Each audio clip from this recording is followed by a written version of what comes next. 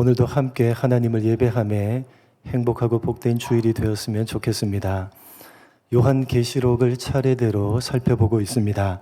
이 요한계시록은 세상의 종말에 일어날 일들에 대한 기록입니다.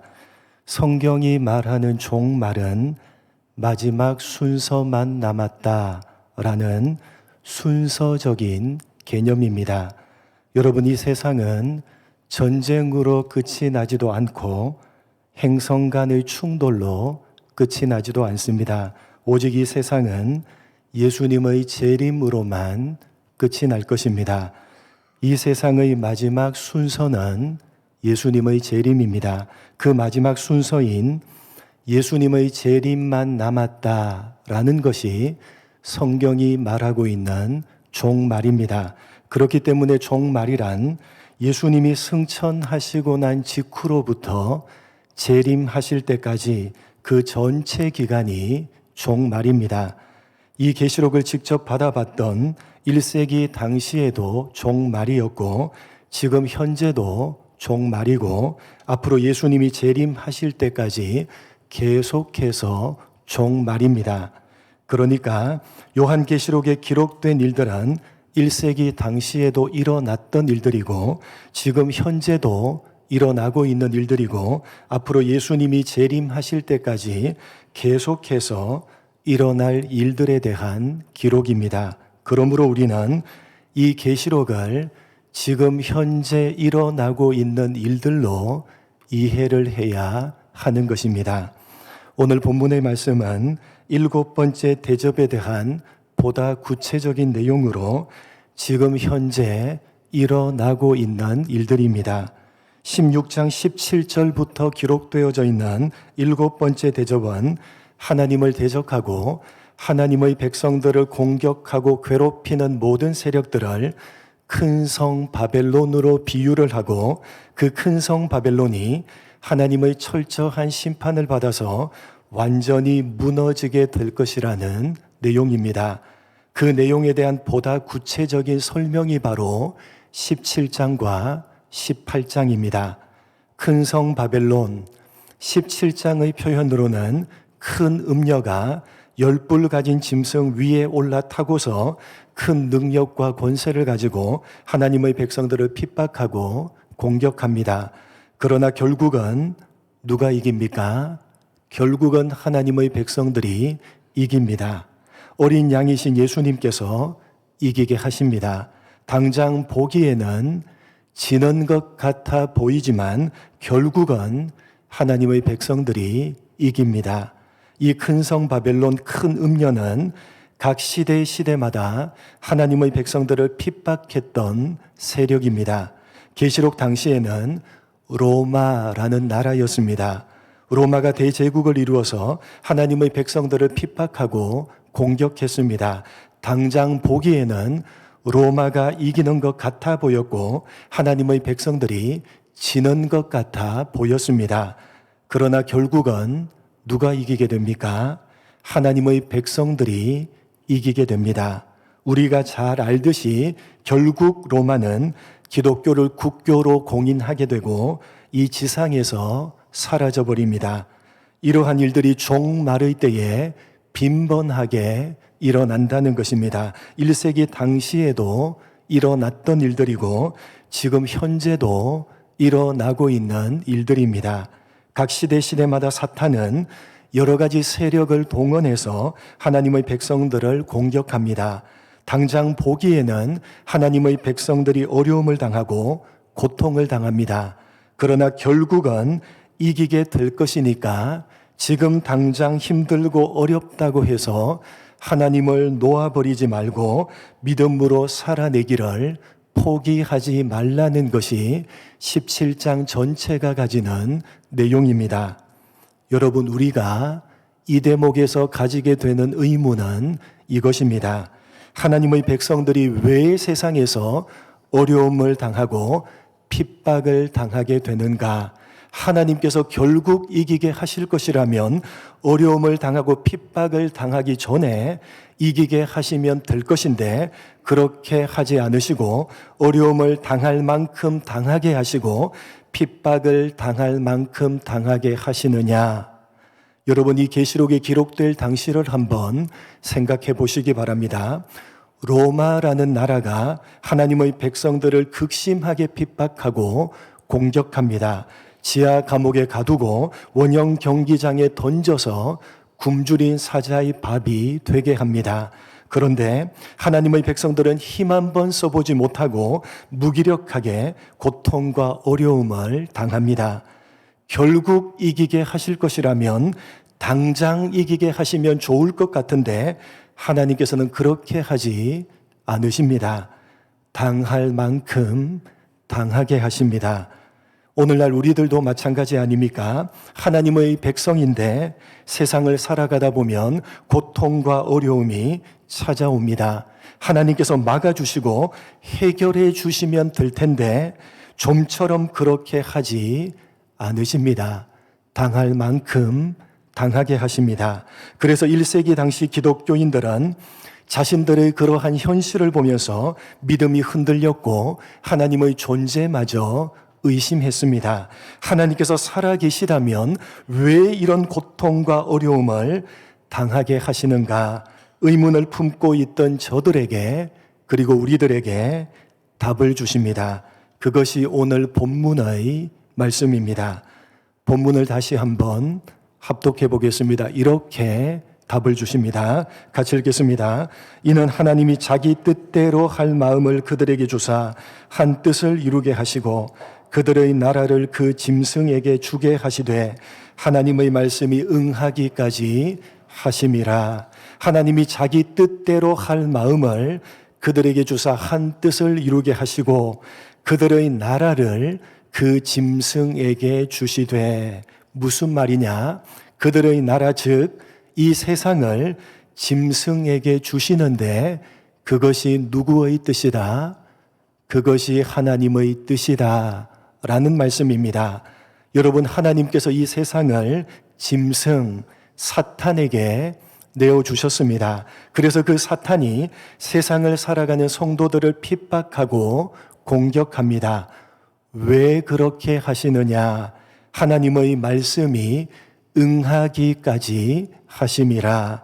하나님께서 사탄에게 이 세상을 내어주셔서 성도들을 핍박하고 공격하도록 허락하십니다. 이 세상에서 성도들이 어려움과 고통을 당하는 것을 하나님께서 허락하십니다. 왜요? 하나님의 말씀이 응하기까지라. 이해를 돕기 위해서 시편 105편 말씀을 보도록 하겠습니다. 시편 105편 19절. 오늘 본문에 나오는 하나님의 말씀이 응하기까지라 라는 말씀이 시편 105편에 동일하게 등장하고 있습니다. 시편 105편 19절 함께 읽겠습니다. 곧 여호와의 말씀이 응할 때까지라 그의 말씀이 그를 단련하였도다. 오늘 계시록 본문에 나오는 하나님의 말씀이 응할 때까지라 라는 말씀은 구약 성경에 이미 나오는 말씀입니다. 성경 전체에서 오늘 계시록 본문과 시편 105편 19절 이렇게 딱 두 곳만 기록되어져 있는 말씀입니다. 다시 말해서 시편 105편의 말씀을 잘 이해하면 오늘 계시록 본문의 내용이 어떤 의미인지를 알 수가 있게 됩니다. 여러분, 시편 105편 19절을 보시면 오늘 본문에 나오는 하나님의 말씀이 응할 때까지라 라는 말씀 뒤에 이런 말씀이 붙어 있습니다. 어떤 말씀이 붙어 있습니까? 그의 말씀이 그를 단련하였도다. 그를 단련시키기 위해서다 라는 말씀이 뒤에 붙어 있습니다. 무슨 말이냐? 여러분, 시편 105편 19절 말씀은 요셉과 관련된 말씀입니다.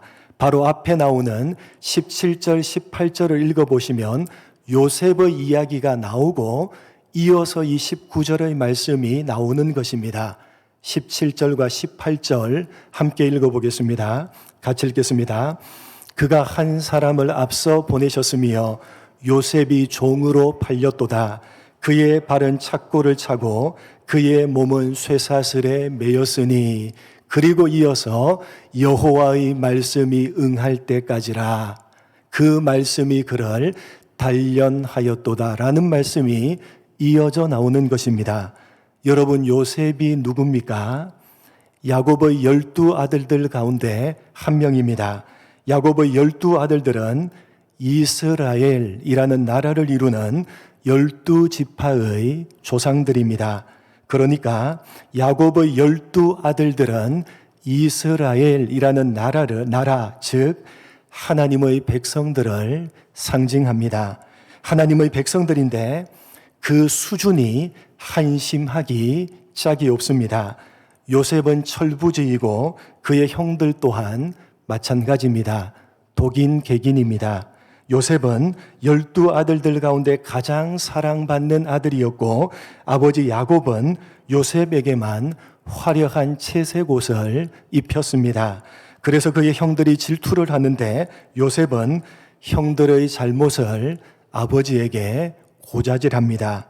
그렇게 미움받을 짓만 골라서 하다가 어느 날 요셉은 2번의 꿈을 꾸게 됩니다. 하나는 형들이 묶은 곡식단이 자신이 묶은 곡식단에 절을 하는 내용이고 또 하나는 해와 달과 11별들이 자신에게 절을 하는 내용입니다. 누가 봐도 형들이 자기에게 절을 한다는 내용이고 심지어 어머니와 아버지 또한 자기에게 절을 한다는 의미인데 철부지 요셉은 아무 생각 없이 자기가 꾼 꿈을 형들에게 이야기합니다. 안 그래도 미워 죽겠는데 얼마나 얄미웠겠습니까? 그래서 형들이 요셉을 죽이려고 하다가 미디안 상인에게 팔아버립니다. 요셉은 아무 생각이 없는 망나니 철부지였고 그의 형들 또한 못지않는 한심한 수준의 사람들이었습니다.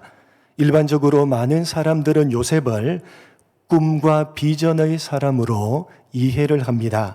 요셉은 어렸을 때부터 꿈과 비전을 가지고 있었고 그 어떤 어려움에도 요셉은 자신이 가진 꿈과 비전을 포기하지 않았다. 그래서 결국에는 하나님께서 그의 꿈과 비전을 이루어 주셨다라는 식으로 이해를 하는데 너무나도 잘못된 이해입니다. 여러분, 요셉은 꿈과 비전을 가지고 있지 않았습니다. 요셉이 꾸었던 꿈이 그가 가졌던 비전이었다면 자신이 그 내용이 어떤 의미인지를 몰랐을 리가 없었을 것입니다. 요셉은 잠을 자다가 꿈을 꾸었을 뿐이고 그 꿈이 어떤 내용을 담고 있는지 전혀 몰랐습니다. 만약에 알았다면 형들에게 말을 했을 리가 없었을 것입니다. 그의 나이가 몇 살이었습니까? 17살이었습니다. 17살이면 자신이 형들에게 미움을 받고 있다는 사실을 알아차리고도 남을 나이이고 꿈 이야기를 하게 되면 더욱더 믿음을 받게 될 것이라는, 미움을 받게 될 것이라는 사실을 알았을 나이입니다. 그런데도 자신이 꾼 꿈을 형들에게 말했다는 것은 그 꿈이 어떤 의미인지를 몰랐다는 것이고 그것은 그가 꾼 꿈은 그가 가졌던 비전이 아니라고 하는 사실을 보여주는 것입니다.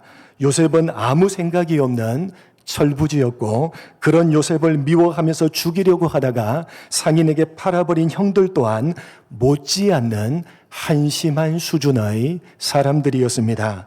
여러분, 이들이 누구였습니까? 이들이 누구였다고요? 이스라엘이라는 나라를 이루는 12지파, 즉 하나님의 백성들입니다. 하나님의 백성들인데 그 수준이 한심하기가 짝이 없습니다. 그래서 하나님께서 요셉을 비롯한 형들을 연단시키십니다. 형들이 팔아버린 요셉은 이집트 사람 보디발의 집으로 팔려가고 거기서 억울한 누명을 쓰고 요셉은 감옥에 갇힙니다. 우리는 너무나도 쉽게 감옥에 갇힌 요셉이 그 모든 어려움을 꿈과 비전으로 믿음으로 이겨냈다고 생각을 하지만 사실은 그렇지가 않습니다. 시편 105편은 감옥에 갇혀 있는 요셉의 모습을 이렇게 묘사하고 있습니다. 여러분, 요셉은 그가 가진 꿈과 비전을 가지고 믿음을 가지고 어려움과 힘든 고난을 넉넉하게 이겨내지 못했습니다. 왜냐하면 시편 105편은 감옥에 갇혀 있는 요셉의 모습에 대해서 이렇게 묘사를 하고 있기 때문입니다. 시편 105편 18절 한 번 더 읽어보겠습니다. 감옥에 갇혀 있었던 요셉의 모습입니다. 같이 읽겠습니다. 그의 발은 착고를 차고 그의 몸은 쇠사슬에 매였으니. 감옥에 갇혀있던 요셉의 모습입니다. 요셉의 육체가 착고와 쇠사슬에 매였다라는 말씀인 것처럼 보이지만 뒤에 나오는 그의 몸이 쇠사슬에 매였다 라고 우리말로 번역된 구절은 히브리어로 네페쉬 보 바르젤이라는 말씀입니다. 여러분, 네페쉬라는 말 들어본 적이 있으십니까? 네페쉬는 몸으로 번역을 하면 안 되고 혼으로 번역을 해야 옳습니다. 그래서 여러분, 우리말 번역본에 보면 몸 옆에 1이라는 숫자가 있고 그 밑을 찾아보면 히, 쉼표, 혼 되어져 있죠. 히브리 말로 사실은 혼이라는 말이다. 네페쉬. 몸으로 번역을 하면 안 되고 혼, 영혼이라는 말씀입니다. 무슨 말이냐? 직역을 하면 그의 혼이 날카로운 철에 관통을 당했다라는 말씀입니다. 감옥에 갇혀 있었을 때 요셉은 몸이 묶여져 있어서 육체적으로 힘들었을 뿐만 아니라 영혼도 날카로운 철로 관통을 당하고 있어서 신앙적으로도 힘들었다라는 표현입니다. 요셉은 비전을 가지고 믿음으로 모든 어려움을 넉넉하게 이겨냈던 것이 아니라 육체적으로 힘들었을 뿐만 아니라 정신이 나가 있었고 신앙적으로도 너무나도 힘들었습니다. 시편 105편은 명백하게 요셉이 그런 모습이었다고 말씀하고 있는 것입니다. 그러면 왜 그런 과정을 겪어야만 했느냐? 하나님의 백성인데 세상에서 왜 어려움과 고통을 당하느냐? 곧 하나님의 말씀이 응하기까지라. 그의 말씀이 그를 단련시켰도다. 여러분, 요셉은 하나님께서 택하신 하나님의 백성입니다. 그런데 많은 부분에 있어서 하나님의 백성답지 못합니다. 그래서 하나님께서 요셉을 단련시키시는 것입니다. 어려움과 고통을 그에게 허락하셔서 하나님의 백성답게 만들어 가시는 것입니다. 오늘 본문인 계시록이 말하고자 하는 핵심입니다. 여러분, 종말의 때를 살아가는 성도들에게도 고통과 어려움은 어김없이 찾아옵니다. 하나님께서 고통과 어려움을 당하지 않도록 막아주지도 않으시고 고통과 어려움을 당할 때에 그것을 빨리 해결해 주지도 않으십니다. 당할 만큼 당하게 하십니다. 왜요? 그것을 통해서 하나님의 백성답게 단련시키기 위해서입니다. 하나님의 백성답지 못한 부분을 깎아내시고 다듬어서 하나님의 백성답게 만들어가기 위해서입니다. 예수님의 형제인 야고보는 이렇게 우리에게 말씀하고 있습니다. 야고보서 1장 2절로 4절 말씀 이렇게 말씀을 합니다.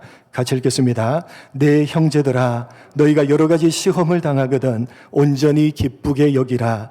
이는 너희의 믿음의 시련이 인내를 만들어내는 줄 너희가 알미라. 인내를 온전히 이루라. 이는 너희로 온전하고 구비하여 조금도 부족함이 없게 하려 함이라. 세상을 살아가는 성도들에게 왜 어려움과 고통이 찾아오는 것입니까? 하나님께서 왜 성도된 우리, 하나님의 백성된 우리에게 고통과 어려움을 허락하시는 것입니까? 왜 막아주시지도 않고 그렇다고 빨리 해결해 주지도 않으시는 것입니까? 온전하고 구비하여 조금도 부족함이 없게 하려 하시기 때문입니다. 오늘 계시록이 그것을 말씀하고 있는 것입니다. 사랑하는 성도 여러분, 하나님의 백성된 우리에게도 시시때때로 고난과 어려움이 찾아옵니다. 하나님께서 막아주지도 않으시고 그렇다고 빨리 해결해 주지도 않으실 때가 많습니다. 왜 그렇게 하시느냐? 하나님의 백성인데 하나님의 백성답지 못한 부분이 우리들에게 많기 때문입니다. 그래서 고난과 어려움을 허락하시는 것이고 그것을 통해서 우리들에게 남아있는 하나님의 백성답지 못한 부분을 다듬으시고 고치시는 것입니다. 여러분, 혹시 여러분에게 고난과 어려움이 찾아온다면, 그리고 그 고난과 어려움이 쉽게 해결이 되지 않는다면 그것은 여러분에게 하나님의 백성답지 못한 부분이 남아있기 때문이라는 사실을 잊어버리지 마시기 바랍니다. 여러분은 하나님이 택하신 하나님의 백성입니다. 여러분은 하나님이 택하신 하나님의 백성입니다. 하나님께서는 여러분을 당신의 백성으로 택하셨고 여러분이 어떤 모습이든지 하나님께서는 여러분을 선택하심에 조금도 후회함이 없으십니다. 그래서 하나님께서는 택하신 여러분을 당신의 백성답게 만들어 가시는 일에 최선을 다하시는 것입니다. 택하신 여러분을 당신의 백성답게 만들어 가시기 위해서 고난까지도 어려움까지도 여러분에게 허락을 하시는 것입니다. 여러분에게 고난과 어려움이 있으십니까? 그리고 그 고난과 어려움이 쉽게 끝이 나지 않고 있으십니까? 혹시 그러시다면 여러분 스스로의 모습을 살펴보시기 바랍니다. 여러분에게 하나님의 백성답지 못한 부분이 어떤 부분인지를 살펴보시고 그 부분을 하나님 앞에서 고쳐가시기 바랍니다. 여러분이 그렇게 하신다면 여러분에게 있는 고난과 어려움을 하나님께서 거두어 가실 것입니다. 여러분, 종말의 때에 하나님께서는 택하신 여러분을 하나님의 백성답게 만들어 가시는 일에 최선을 다하고 계십니다. 여러분, 지금도 하나님께서는 선택하신 여러분을 하나님의 백성다운 모습으로 만들어 가시는 일에 최선을 다하고 계십니다. 고난과 어려움까지도 동원하셔서 택하신 여러분을 당신의 백성답게 만들어가고 계십니다. 그러니 여러분도 택하심을 받은 하나님의 백성답게 여러분 스스로를 고쳐가시고 여러분 스스로를 다듬어 가시기 바랍니다. 그렇게 종말의 때를 믿음으로 요동하지 않고 살아내시는 여러분 모두가 되시기를 주님의 이름으로 간절히 축복합니다. 하나님 아버지, 1세기 당시 성도들은 로마라는 큰 나라로 인해서 어려움과 핍박을 당했습니다. 하나님께서 막아주지도 않으셨고 그렇다고 빨리 해결해 주지도 않으셨습니다. 당할 만큼 당하게 하셨습니다. 그래서 1세기 기독교인들은 그런 자신들의 현실을 보면서 도대체 하나님이 살아 계시기는 한 것인가? 하나님이 살아 계시다면 성도된 우리에게, 하나님의 백성된 나에게 왜 이런 고난과 어려움이 찾아오는가? 흔들리는 마음으로, 요동하는 마음으로 하나님의 존재마저 의심하고 있는 저들에게 오늘 계시록의 말씀을 통해서 말씀하셨다는 사실을 가슴에 새기는 우리가 되게 하여 주옵소서.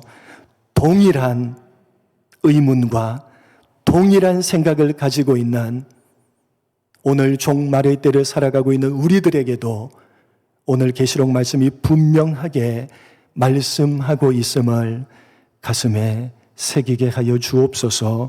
하나님의 말씀이 응할 때까지라 그 말씀이 그를 단련하였도다. 하나님의 백성인데 하나님의 백성답지 못한 부분이 우리들에게 아직 남아있기 때문에 하나님께서 선택하신 당신의 백성된 우리를 백성답게 만들어 가시는 일에 오늘도 최선을 다하고 계시기에 고난까지도 어려움까지도 허락하셔서 지금도 최선을 다해서 우리를 하나님의 백성답게 만들어 가시고 빚어 가신다는 사실을 가슴에 새기게 하시고, 우리들도 이제 택하심을 받은 하나님의 백성답게 우리 스스로를 고쳐가고 다듬어가는 일에 최선을 다하여 살아가는 종말의 때를 믿음으로 살아내는 우리 모두가 될 수 있도록 은혜 베풀어 주옵소서. 감사하오며 예수님의 이름으로 기도드립니다.